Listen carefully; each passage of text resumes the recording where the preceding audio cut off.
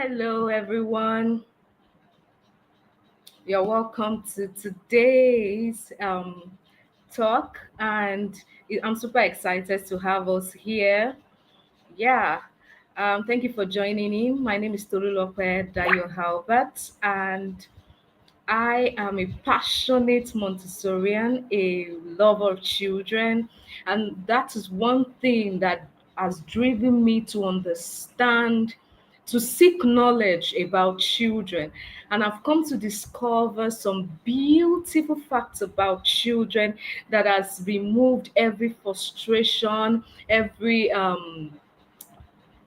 form of classlessness. Let me put it that way. Every form of handling children with ASUL and all of that, that has been taken off me. Why? Because I decided to seek knowledge. And I'm super excited that you are here today because I know that you are here because you want to seek knowledge that will enhance you in your classroom. So this is Tolulope Dayo Halbert. I am the lead consultant at, or let me put it as the lead trainer at the Tolumai Montessori International, and we are one in a million because we deliver authentic Montessori trainings to as many teachers, parents, childminders, school owners, administrators who love to be Montessorians or love to understand and apply the Montessori approach when it comes to handling children in their schools or at home, right?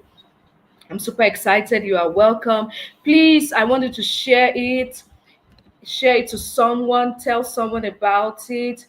I sent the link, so just share the link online, share it to someone, tell somebody we are live. Yeah, this is just going to be number one, right? When it comes to the days we're going to be talking about understanding the child. So this is going to be number one, day one, right? So before I dive in, I want you to tell somebody about it, tell somebody we are live, and then in few minutes we're gonna commence. In few minutes we're gonna commence. All right.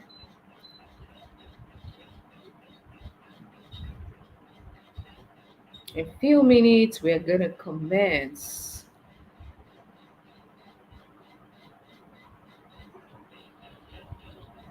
Tell someone to join us live because I'm going to be saying some things that you might not have heard before.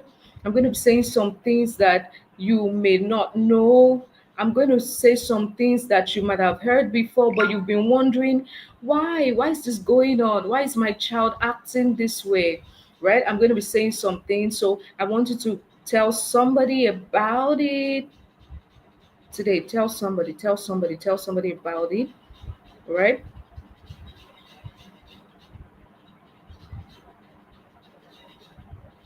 Tell somebody about it that we are live. Yeah,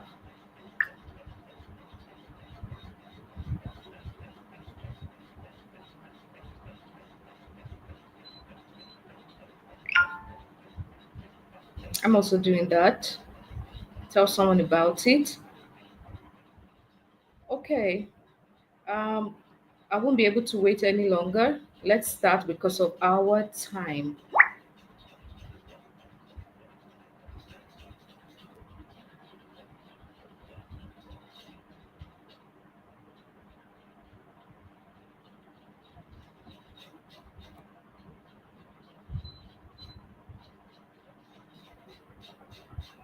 All right. Mm, okay, so today I will be talking about the Montessori methodology and on helping you understand human tendencies as it applies to understanding the child and working with the child. All right, so you're welcome once again. Welcome, everybody. Yeah, I've introduced myself and I'm super excited today to be talking about one of Montessori foundational ideas, right? And that is understanding the human tendencies and how you can enhance enhance yourself to work with children, how you can apply these human tendencies, and then you will stop the frustration and help yourself to be at rest when it comes to teaching, and help your learners to also be at rest and be happy when it comes to learning. Because no matter how much you felt you have impacted, if that impactation is not bringing joy, you've done nothing, because education should be more of fun than force, right? So, have you ever wondered why children always want to touch? They want to taste, they want to sort, they want to pull things down, they want to repeat, they want to ask endless questions. Have you ever wondered, hmm, right? These actions are not random. They are driven by what I call human tendencies. Yeah, this child sits somewhere, especially here in Africa. You're like, this child sits somewhere. This child, you are standing up. I kept you there. Oh, wow. It's not new.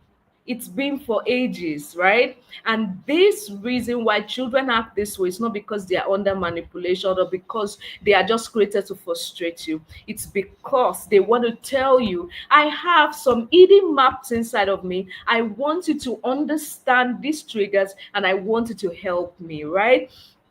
So these actions are not random, they are driven by what I call human tendencies. Now, Maria Montessori did not create these sentences. Like I said, I introduced myself as a Montessorian.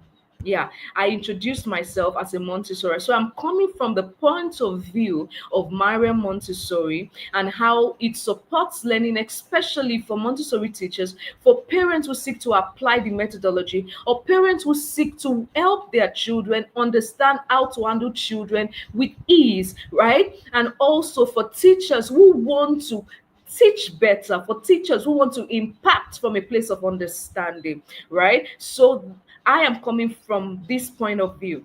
Now, Maria Montessori didn't create or didn't just bring out this idea from the blues.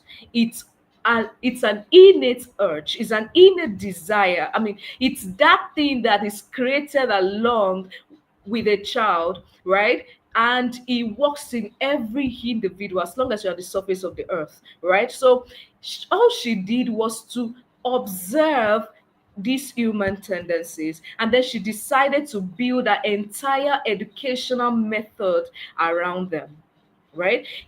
Education is not about the educator. Education is about the child you're working with. And if you come to understand that it's about the child you're working with, you find it very easy. And that is why the Montessori methodology is what I call the methodology methodology, because it seeks to understand the child and wants to work in the right way such that the child is receiving learning from his own place of need, right? So she believed that education should align with those natural tendencies, right? And this helps children to learn joyfully. It helps them to learn independently as well as deeply. That's something you should know. So many of our conventional schools here in Africa, we just feel that, oh, I'm just going to impact to this child, push everything into the child, and then that's all. No, are you really educating the child? Have you really had influence on his mentality? Education should be that way, seeking to build the totality of the child, not just giving him a cognitive training. So every aspect of our Montessori classroom supports the human tendency, from the freedom of movement, hands-on materials, mixed age group activities. The mixed age group, yeah, the vertical grouping that we apply in our classroom arrangement, and then emphasis on choice. All of this is to support the human tendency. As she beautifully puts it, education is a natural process, right? carried out by the child. And it's not acquired by listening to words, but by the experiences that the child has in his environment, right?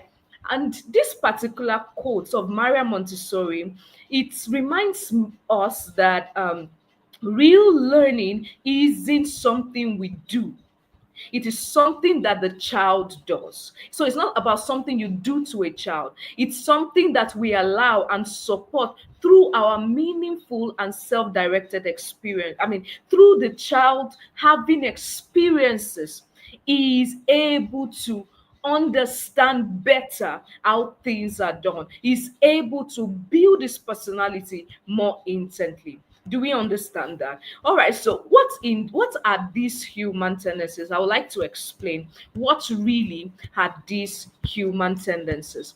Human tendencies are what I call natural urges, right? Present in a child, regardless of their background, regardless of their culture, right? And this guides the child's way of adaptation. It helps to guide the child to learn how to survive appropriately, and also it guides how the child learn, basically, right? So, like I said, Maria Montessori designed all of our educational all our methodology, let me put it that way, everything when it comes to the curriculum areas, when it comes to the physical environment, which we call the prepared environment, even the activities that are carried out, right? The routines that take place, the ability to repeat, the ability to explore. We give them open-ended materials. We give them opportunity to build their totality, to develop creative thinking, to orient themselves, to know how things are done, to from orienting themselves, they get to to develop critical thinking. All of this we seek to do because we want to support the human tendencies. So um education, I would say, should not just be on the chalkboard. Your first goal as an educationist is what? Is to understand the human tendencies and get to understand how they work and how you can support it. That is when real education actually does what?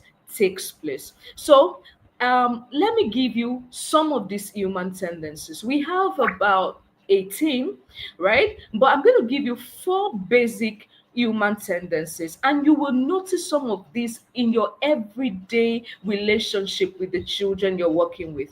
The first is exploration. Then we have orientation. I want you to be noting them: orientation, exploration, order, communication, manipulation, work, right? You have we have the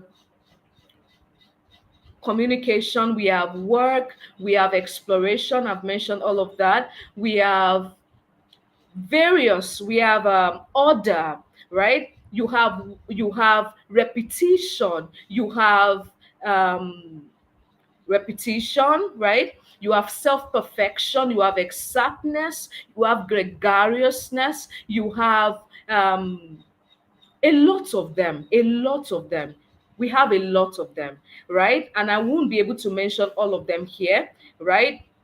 I've mentioned repetition. You have exactness, you have abstraction, you have the mathematical mind, you have various imitation, concentration, and all of that. All of this, they are called human tendencies. Now, I want to ask a question.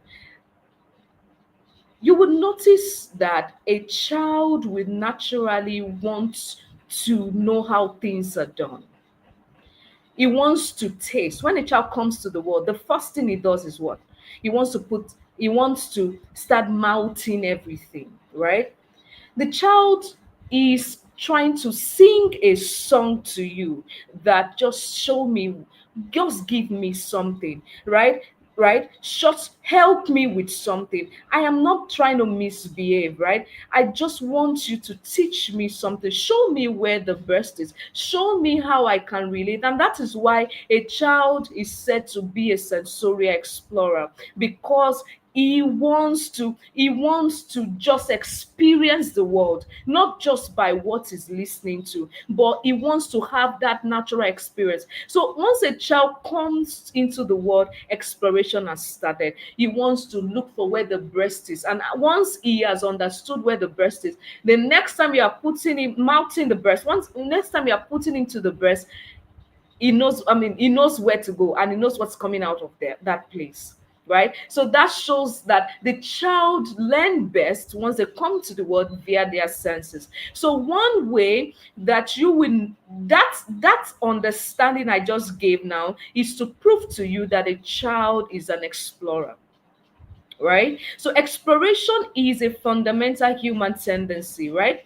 Like I said, from the moment children are born, they are driven to understand the world by touching, by listening. And that is why you notice after some few days, a child can, if you give another person that child, he knows that it's not his mother.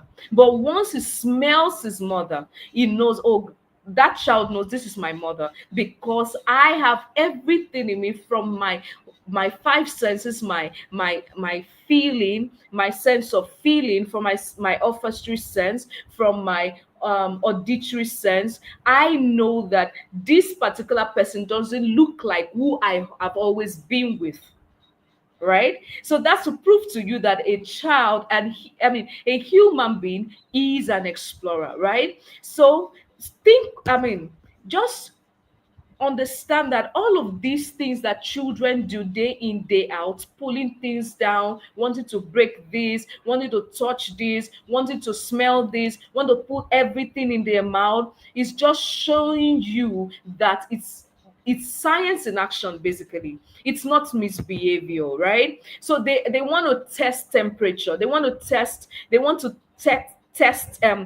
to feel the texture, they want to taste. It's their own form of research, right? So stop, how would I put that, as a parent, instead of totally stopping them, provide for them the opportunity to learn by taking away what you know would hurt them and giving them something else. You see, some of the time you see children, they want to draw on the wall, and the next thing you're doing, you're screaming. Oh, plus, please just wait there. Yeah, they just got pencils and they want to explore those pencils. So before you stop them or shout at them that they are messing up your wall, why not try give them a paper and let them do it? Okay, I had an experience one day. I had Dora the Explorer, a picture on the wall. And then a child just saw her and said, "Oh, I just noticed that by the time I got into the classroom, the room that particular day, because that was my daughter, I noticed that she was pouring water on the doll, on the picture on the wall rather." And the first thing I asked, because I understand that this is human tendency in action, this is science in action, I didn't scream at her that, "Why are you pouring water on the wall?" I just asked, "What do you want to do?" And the next thing she said was, "I want to give Dora water. I want her to take some water."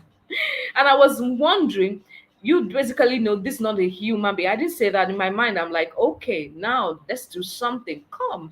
That shows to me you want to pour. So the next thing, I just provided an opportunity for pouring. And she was there for the next 30 minutes, trying to transfer, trying to pour from cup to cup, trying to pour with a funnel. And I saw that, oh, this is what this child really wanted to do. Basically, if I didn't know this was a human tendency, I would have just shut her up at that point, right? But I didn't. So that's to tell you that children want you to understand that they are exploring. So stop saying, "Stop touching that." Stop saying, "Sit down, don't make a mess," right? Yeah, these responses come from a place of, "I don't want them to mess my house." These responses come from a place that, okay, I care about them, but you don't know that you are suppressing their natural drive to learn. They want to know how things are done, right? They buy a child a toy, and the next thing they're trying to break them. So why don't you buy them a toy that they can actually open and close it and find out what is inside, right? Right? That's something you should know. So in the Montessori environment, we always support exploration. When we do that by providing safe, intentional and meaningful materials that are designed to be touched, materials that we know would hurt them, materials that can be moved, materials that can be tested, materials that activities also that can be repeated, objects that are child size and open-ended in order to support this drive. So what are you going to do as a parent? Because this event is for both parents and educators. What you will do is that you are going to create a safe and accessible space where your children can touch and explore. And you're going to also be providing real life activities, right, where they can feel the textures, they can sweep if they want to okay, for example, you want to sweep and you see your child is just picking the broom, just going direction, doesn't know what to do.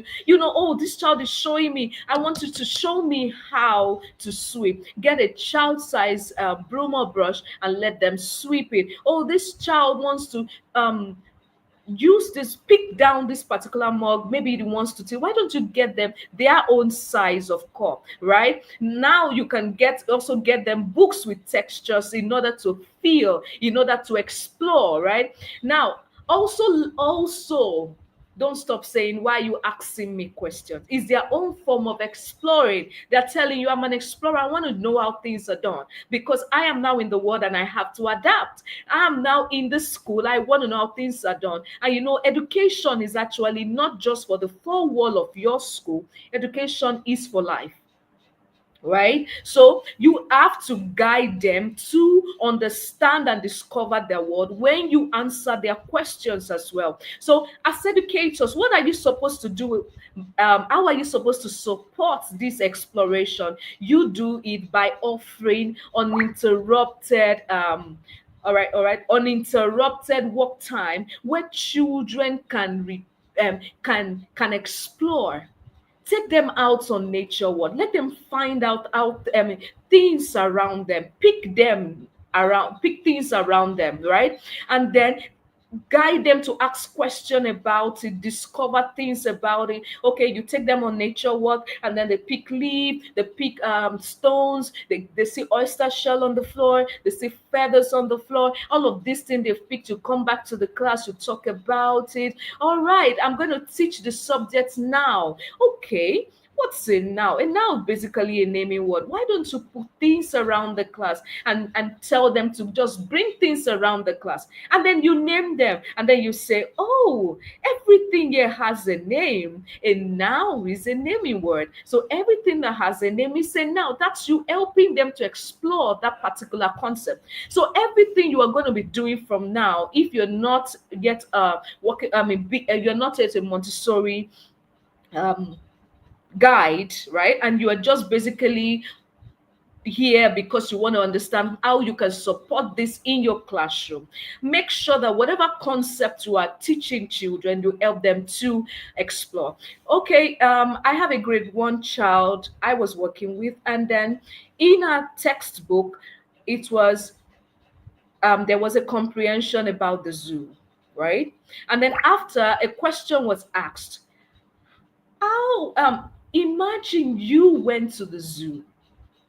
How are you going to just write down 6 sentences of your experience at the zoo? Mhm.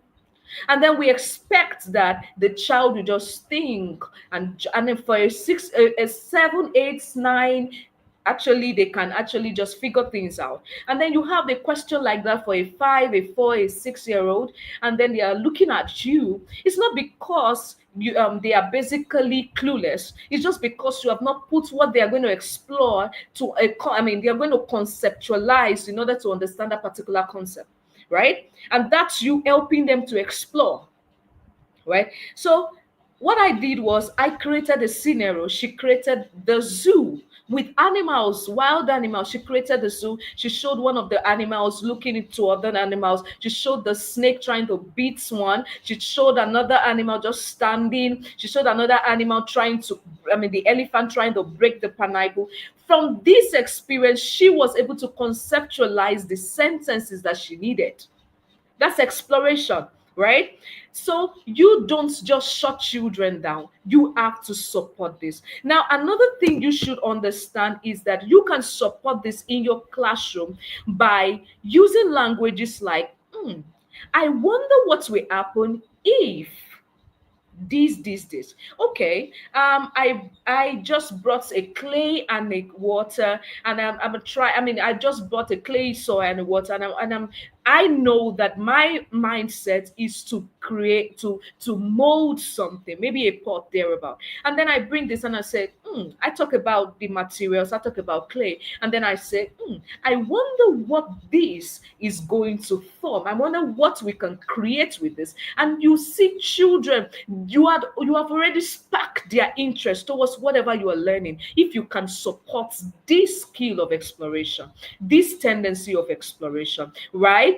And also, uh, get to observe children in your care, right? So that you can know how best they learn. Yeah. And then you are not controlling them, rather, you are trusting the exploration that leads to learning, right? Like Maria Montessori said, she said the hand is the instrument for human intelligence. So if we want children to be intelligent, you want them to be curious, you want them to be capable, you must let them explore the world with their whole bodies, every part of their body, especially their hand. And that is why in the Montessori classroom, especially the sensorial curriculum, we support exploration so much. Yeah, we support this ability, and that is why we regard children as sensory explorers. They learn their senses, and they are exploring day to day and building intelligence. All right, because of time, I want us to talk about another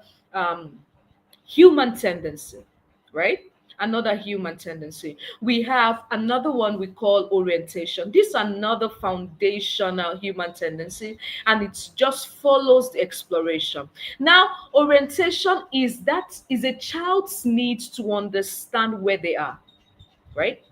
Let me paint a scenario. When a child comes into the world, everything in the world already has rules and regulations, how things are done. Everywhere is already aligned. It's just for the child to come in and adapt to the environment. It's not an alien trying to live somewhere and wanting to create it from the fresh, from the beginning. No, right? So children have that desire in them to want to know where they are, to want to know how things are done, and to want to know what is expected of them. They want to know, right? So children thrive when they feel at home in their environment, right? Whether it's a classroom or a living room. So when spaces are clustered, unpredictable routines happen, um, there's constant changing, and children become anxious and even act out. Now you say children, sometimes you see young children at 1 plus 2 plus,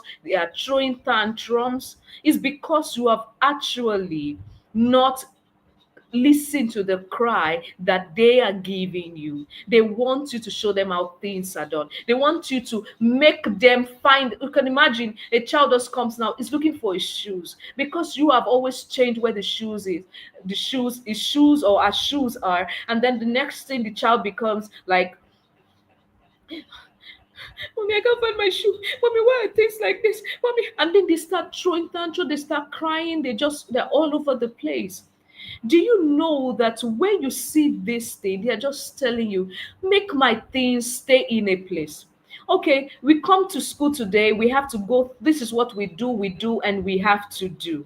These are the rules. This is my freedom. This is the limit of my freedom. I know what to do. I know what is expected of me. It's easy for the child to learn happily because they know what's expected of them.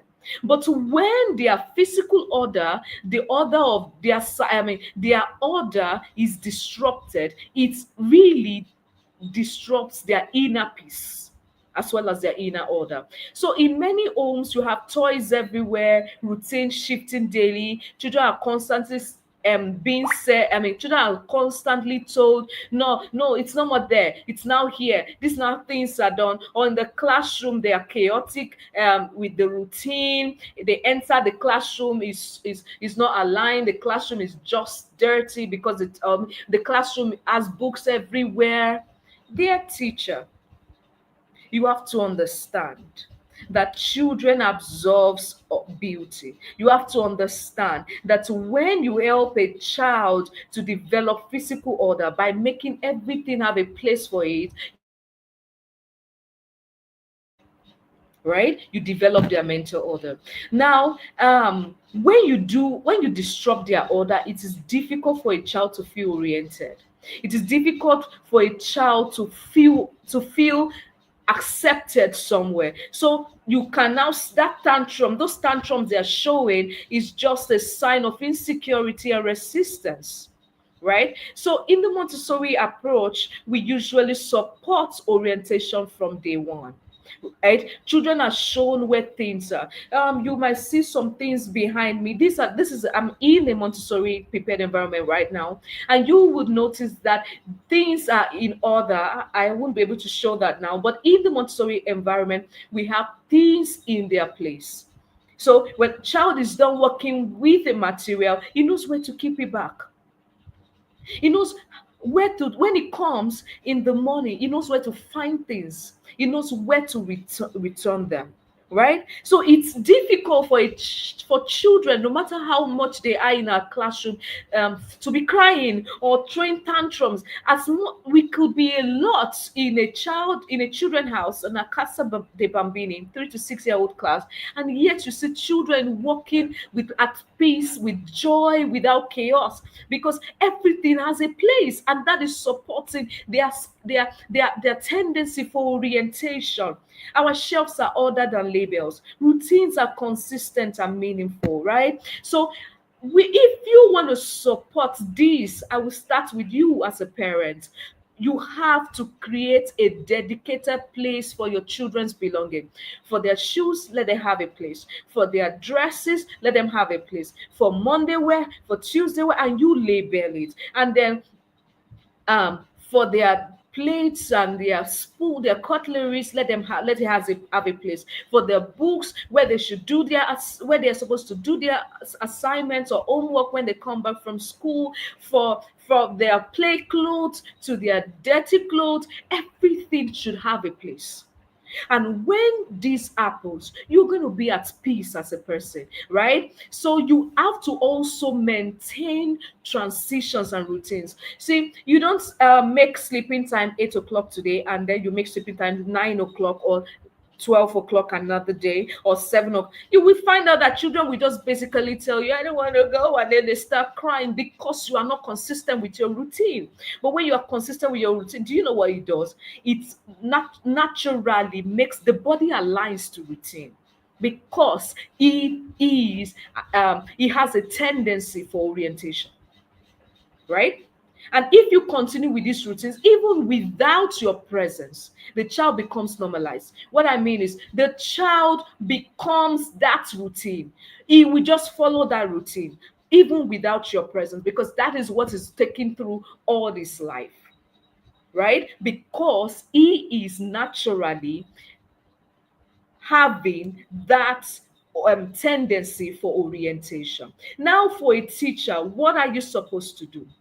You have to support orientation by maintaining clear routines and transition. They come in the morning, this is what they should do. They come in by afternoon time, this is what they always do. Then by the time they are going home, this is where they always go. This is how you'll find out that children will just align, right? And make sure to keep the environment visibly organized and consistent, right? One of these days, you should visit a proper Montessori classroom and see how things are done. Maybe it can help you better understand working with little children, right? And then, for example, a child has not gotten how things are done.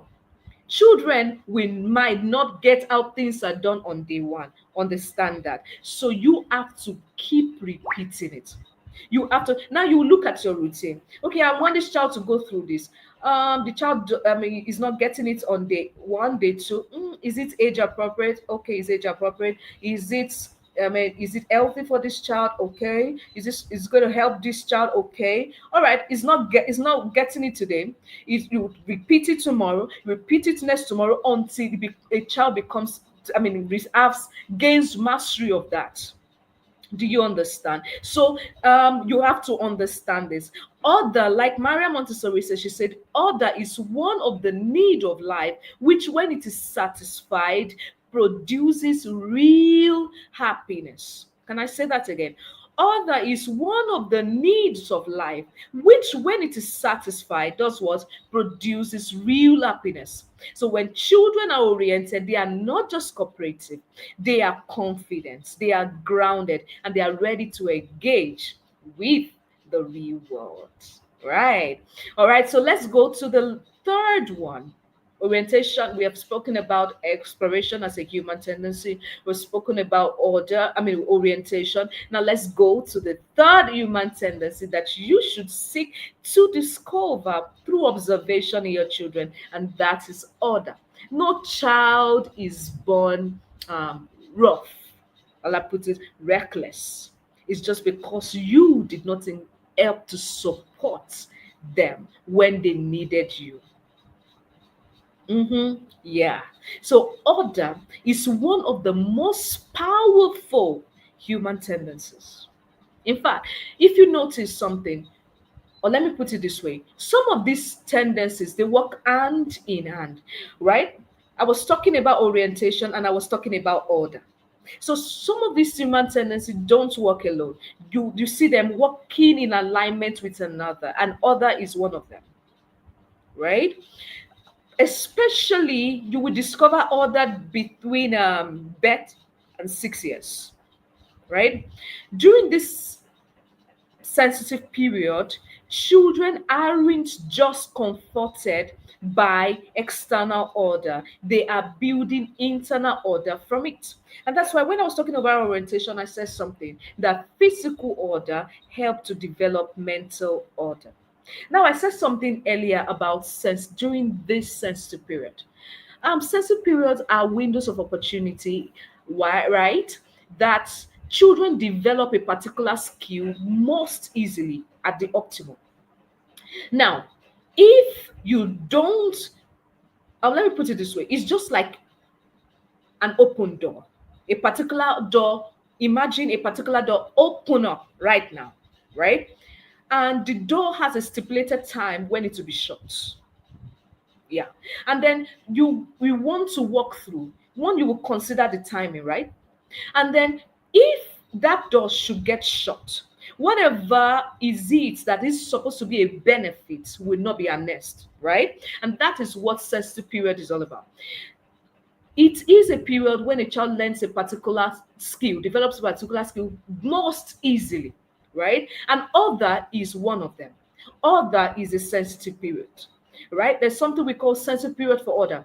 If this skill of order is not developed within this period, once the child goes out beyond that timing, he cannot develop it. Or even if he tries to, he cannot be perfect when it comes to that skill.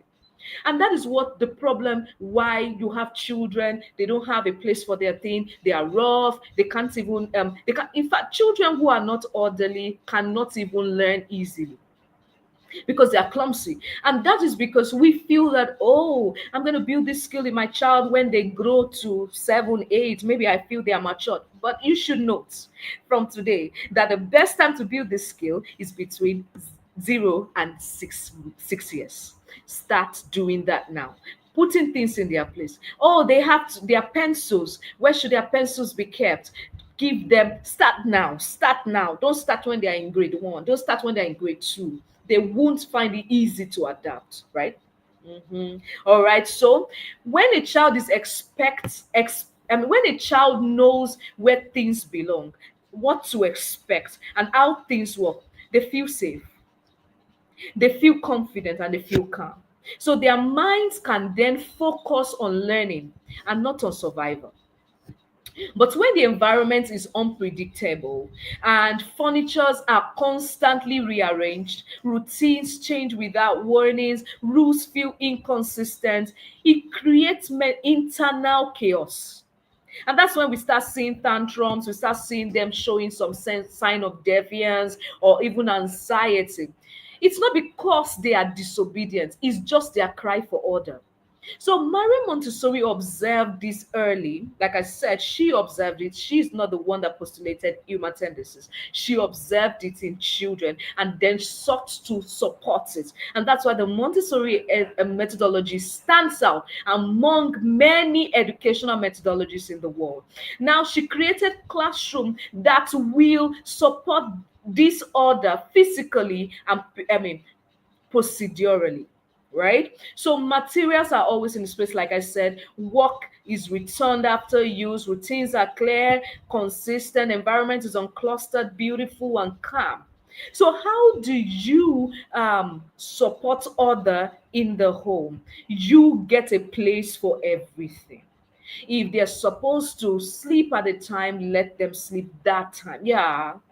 If they're supposed to do their own work at a place, don't let them do their own work in another place because you are tired and you want them to come close to you. Stick them on that place, right? Be consistent with your consequence. Yeah, and be consistent with your your expectation. What I mean by be consistent with your consequence, now as much as children have freedom, there has to be limits, and that's what we call discipline. If they don't put things where they should put those things, you mandate that it has to be there. Do you understand? And let children get, and this is, in fact, when you understand order, it's easy to discipline without chaos. It's easy to discipline without shouting. It's easy to discipline without unnecessary stress because they know that there is a repercussion if you don't clean up your plate after use. When it's time to eat, no food, all right? Or when it's time to eat, is either you eat in a dirty plate or you wash your plate, right? So discipline is easy. Now in the classroom, how are you going to support this? You're going to support this by making sure rules are consistent and consequences are consistent, right? Mary Montessori says order is one of the needs of life, and when it is satisfied, it makes the child happy. It brings real happiness. So what you do is to provide a stable, ordered world for children that will help them to build the foundation for focused attention, for logical thinking, and for emotional regulation. Right? You're welcome. Hello, you're welcome to today's say hello. Hello. Yeah, you're welcome to this day's life, right? This day one, and please, after now, it will be nice for you to go back, if it's even possible. While I'm speaking now, I want you to go back. I want you to introduce yourself. I want you to go back to the previous, right? And listen, start listening from the beginning. But if you want to join me and later go back, it's fine. I've been speaking about human tendencies, and now I'm on the third human tendency, and that is communication, right? Human tendencies are natural urge in children, in human beings, naturally human tendencies in human beings that help them to thrive in the world we find ourselves. And communication is another human tendency, right? It is a deep one, right? It is a very deep one because human beings have the need to connect. Yeah, we are gregarious. We have the need to socialize. We have the need to connect, to be understood, and to understand others. And we need communication. And this particular tendency begins when a baby cries. So once a baby comes to the world, the first thing it does is to cry. That's communication. It's not just crying, it's communicating. And that cry is saying to you, I need you. Hear me, right? And from there, communication has started, right? And after this cry, it evolves to gestures, it evolves to babbling, it evolves to spoken language, writing, and then eventually reading, right? So in both our home and classroom, when we treat communication as a skill to teach later, we miss the powerful truth. You start from day one. Children are born communicators, and our job is to listen and respond meaningfully from the start. And Maria Montessori, like I said, did not create these human tendencies. She only observed and supported them. So in our classroom, for example, adults speak to children respectfully and clearly. Why? Because whatever communication we are selling out to the children, whatever communication we are, the kind of communication or pattern we are dishing out to the children are are incarnating it, right? I said something, or I did say this, but you should understand that children are observant. They have a mind we call the absorbent mind, right? And it's one power that they have in them, and they find it easy to understand their environment, soaking in every information, hook, line, and sinker without sieving anything. And these things, by experience, by words, by idiosyncrasies, by the tonation, by the diction associated with that particular conversation or communication, children are not just learning it for just keeping it cognitively. They are actually It's actually building their personality. And that is why, if the way, the approach to speaking, or like put it, let me put it this way, the tonation, the force you give when it comes to speaking, the diction, the idiosyncrasy when it comes to that particular speech or how you are conversing. If you keep doing that to children, maybe you want to speak with an American accent, or a British accent, or a Nigerian accent, or a Botik accent. Yeah, Igbo. Igbo is one of Nigerian's tribe, right? Or you want to speak in a particular accent. As long as that child is in your environment, is soaking it in. And when the child is going to be speaking, right, let's say around 2 plus 1, some speak earlier, some speak later, but basically everyone is speaking at 3 4, except there's a special issue. Now you find out that the experiences he has been having with your communication as adults in his environment, that is the way he's going to speak. If you speak shouting, the child will shout. That's the best way they will know how to speak. If you speak a child is born in an American environment, he's going to speak that way, even if he has a Nigerian blood, right? So that's to tell you that everything, when it comes to language, right, the child takes it in as long as he is experiencing this environment, right? So in the Montessori classroom, how we support this is that we speak respectfully and clearly. We also use rich vocabularies. Oh, this child just messed up. It's wrong for you to feel the child is so small, and then you just use "Iyama." You know what? In Nigeria, yeah, in Africa, we always say words like, maybe a child messes up somewhere, and then adults are like, oh, do this child understand that this is disgusting? They say, Iyama. Well, so where the child is conversing, is Iyama even part of vocabulary? Why don't you use words like disgusting? Yeah, a 1-year-old will absorb that. Oh, this water is hot, instead of saying Jojo. Oh, this is that. Use the words the way they are.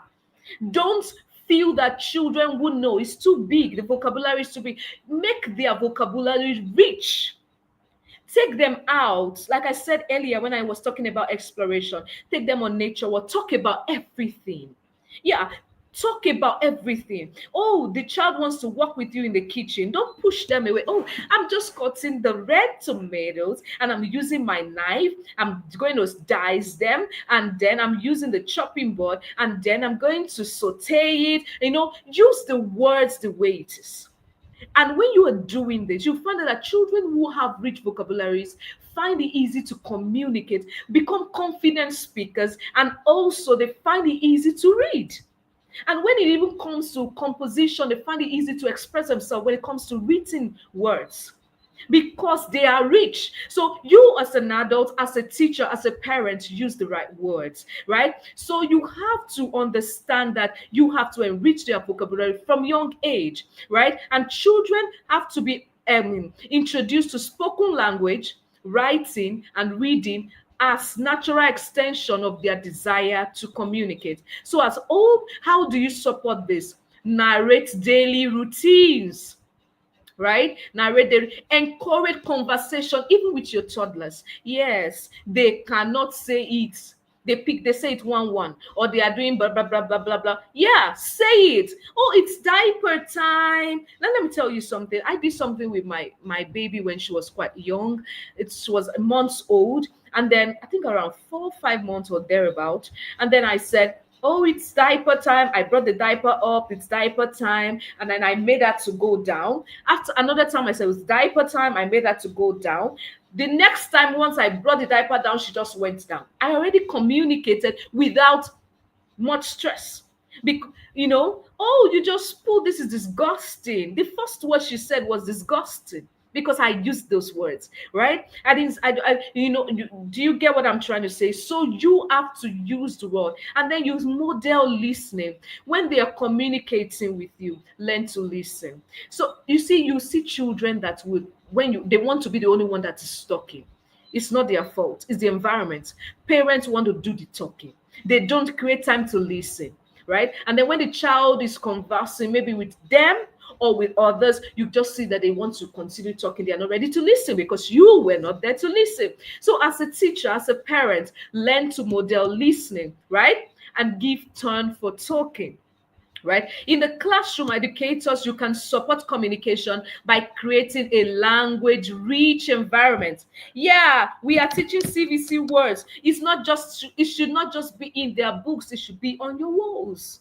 They just built the words, let it be on your walls. Everything you're going to be talking this after should be on your walls because your walls will teach when you are not there. And that's why in the Montessori classroom, we have everything labeled, everything named because we believe that the environment we do the teaching with or without us. And so you should have that as a teacher to understand that with or without you, your environment must do the teaching.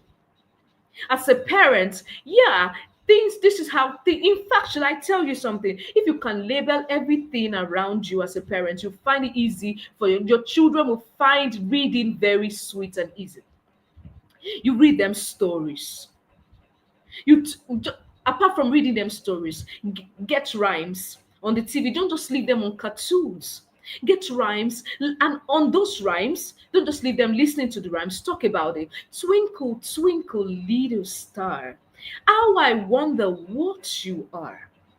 That's me thinking there. Up above the world, so high, like a diamond.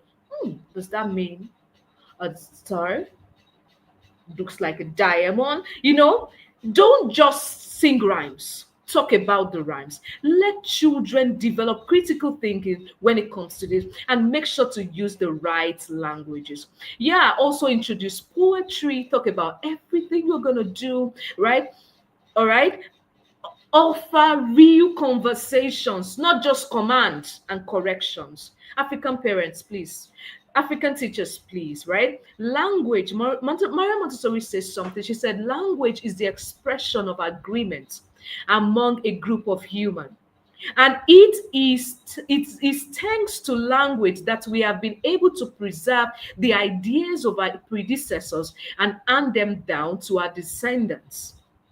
Without communication, history is lost, right? So we should harness these human tendencies and do everything in our power to support it, right? Communication is not just words. It's about belonging. It's about identity. It's about humanity. So when we nurture it with care, we give children the tool to build relationships, to express their emotion, and to grow intellectually. I won't be talking about the human tendency called gregariousness, but if you want to know more about it, you can put it in the comment section. All right, so let's go to the fourth one because of time, and that is the human tendency I call work. Yeah, work is a human tendency. Children are naturally drawn towards meaningful activities, not just idle entertainment. You see, children get bored. Have you seen children that you're going to put cartoons for them, and after a while, they just leave the cartoon and get out? They are not there. They are coming back to you. These children are trying to tell you, give me real thing. I want to do some work. Don't just leave me on cartoons, right? So children are naturally drawn towards this. Myra Montessori noticed this through observation, and that's what one of the main skills, one of the basic skills we have in our Montessori classroom and Montessori methodology is observation. Every teacher is a critical observer. We observe and we understand observation. In the course of our lives, I'm going to be talking about some of this. And if you love to know more about the Montessori methodology, its principle, child psychology, just keep being on our lives on every Friday by the same time, right? So Montessori noticed that children choose purposeful work over just just playful exhibitions, right? Will I call them playful exhibition? Play is work, right? But they choose it over just idle entertainment. So rather than call play work, rather than call it play, she said play is work. Now, the best way a child can communicate to you, the best way a child can learn is by understanding that they want to play. Play is a child's work, right? It's now for you to harness this and then you channel it to a purposeful one. Every child wants to play. No child wants you to come and just bombard them.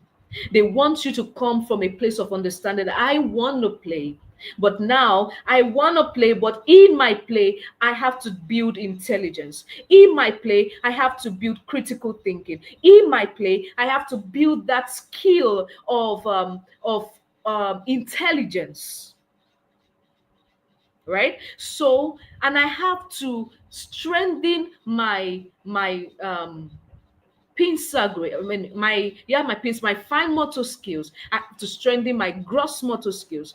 In my play, I have to develop my cognitive. In my play, I have to understand that I will have people and I want to learn how to communicate. So play is actually work, right? So because of this, in the Montessori classroom, we provide activities like pouring water, buttoning a shirt, scrubbing a table. And if you're not yet in a Montessori environment or you're not a Montessori trained expert, I would appreciate that you infuse some of these activities in your classroom, right? One thing we do in the Montessori environment is that we provide choice. We don't make it work. We don't make it teacher oriented. We make it child oriented. If you go back to my previous, to this video, if you start from the beginning, you go back from the beginning, you would understand where I'm coming from, so that you'll be able to pinpoint what I'm trying to say right now, right? So in the Montessori classroom, we provide activities, right? And children are given opportunity to make choices. From the choices, they develop the skills needed, right? So, for example, a child can just come now and then pick. There's a globe behind me. Yeah, you can see a globe behind me. Yeah, a child loves just saw that globe for the first time and then is interested in working with it. We follow the child and then we begin to talk about what's on the globe. On the globe, we have the land, we have the water. The globe is representing the earth. And the earth has three components: the land, the water, and air. Now look around it. You can see a line dividing that. That is called an equator, right? We are coming from the place of the child's choice and we are training in. We are impacting the right knowledge. So we're not coming from the place of today we are going to learn this. Today we are going to do this. In our classroom, we go from the place of the child's desire. because we know that his desire, when it comes to tell us, I mean, when he's begin to show it by the activities he's speaking in the Montessori environment, we know that that is his intrinsic core speaking. This is what he wants to do. This is what he's longing to do. This is me answering my intrinsic, my inner police, my inner teacher. I want to follow my inner teacher, right? When I can support the inner teacher as an educator, you find it easy to help him to navigate the world, right? All right. So these activities are how, when we provide these activities that is satisfying his own need, this is how a child develops independence, coordination, and self-worth. All of this we call normalization. In the course of our lives, very soon I'm going to be talking about the skill called normalization. So in homes today, you find out that children are just surrounded with plastic toys. Parents can spend hundreds of thousands, millions on just plastic toys. And then all they do is they feel that when the thing is blinking, when its shields are blinking, when the thing is just singing, and then the car is just moving, the children will just love it. You will just find out that the child will just break it or leave it and comes back to meet you. You cannot satisfy their needs until you give them real work. No, they want real tax. They prefer real tax to flimsy taxes, or to, how will I put it, to flimsy activities, right? Because they want to build independence. Yeah, a child's cry is teach me to help myself. Help me to help myself. So in the Montessori classroom, work is chosen by the child and not assigned. So real work like pouring water, preparing food, washing windows, repetitive. I mean, are we together? Yeah, thank you. We give them repetitive and purposeful work. We treat them with respect, right? When we do this, we make it easy for the child to navigate. And at home, parents should have to nurture this tendency by offering real tools. Offer them small brooms, let them sweep, offer them child-sized cups, offer them activities, involve them in daily chores, right? Yeah, don't just slow them down. I mean, how do I put it? Don't just stultify their desire.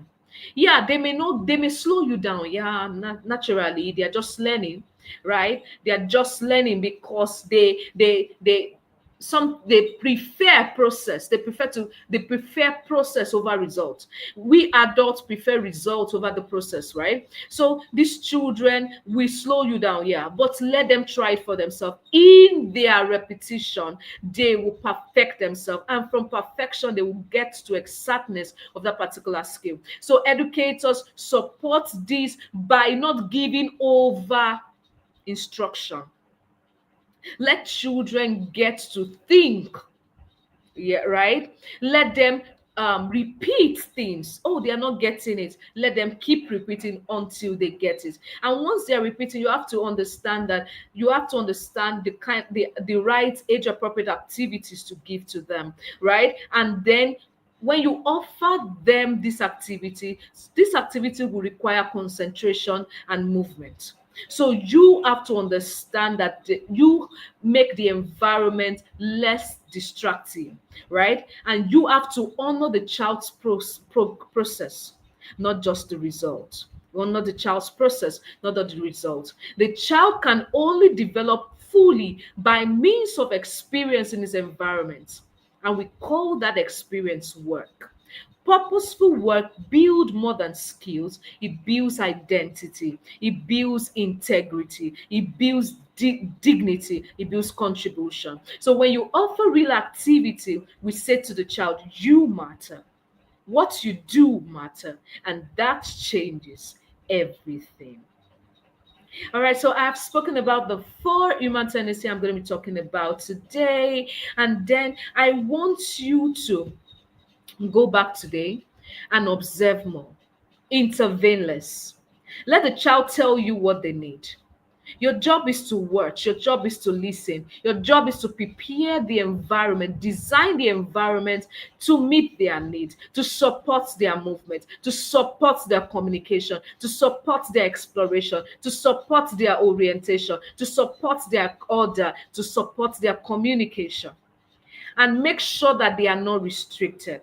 And make sure to align materials or whatever teaching you are giving them to support their natural drive. All right, so one challenge I'm going to be giving you is that next week, Monday, when you get to class, one thing you're going to be doing for me is that you're going to observe a child or the children in your care with fresh eyes. Don't correct, just watch and take notes. Get to understand which tendency are they showing? How do they interact with their space? Now, note, every child is born with a map inside them, and this map is called the human tendencies. Your job is not to stultify it. Your job is not to control it. Your job is to prepare an environment that supports them. All right? Be curious. Become a curious and a compassionate teacher. All right. So I will encourage you to support the Tolu Minds if you want to know more about your child. All right. We'll be meeting again this time next week. Tell somebody to tell another educator, to tell another parent, tell another person that we are on Montessori Life.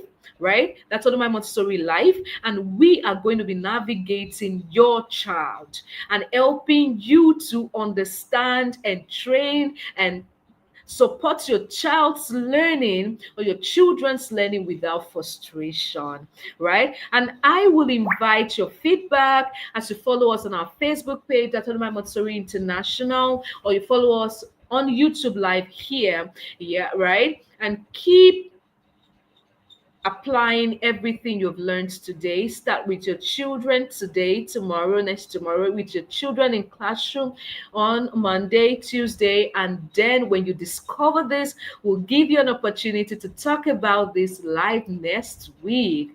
Thank you for listening. My name is Tolulope. Tolulope Halbert, and I am here to support you and make sure learning for your children is stressless. Thank you for listening. Have a wonderful weekend. Bye for now.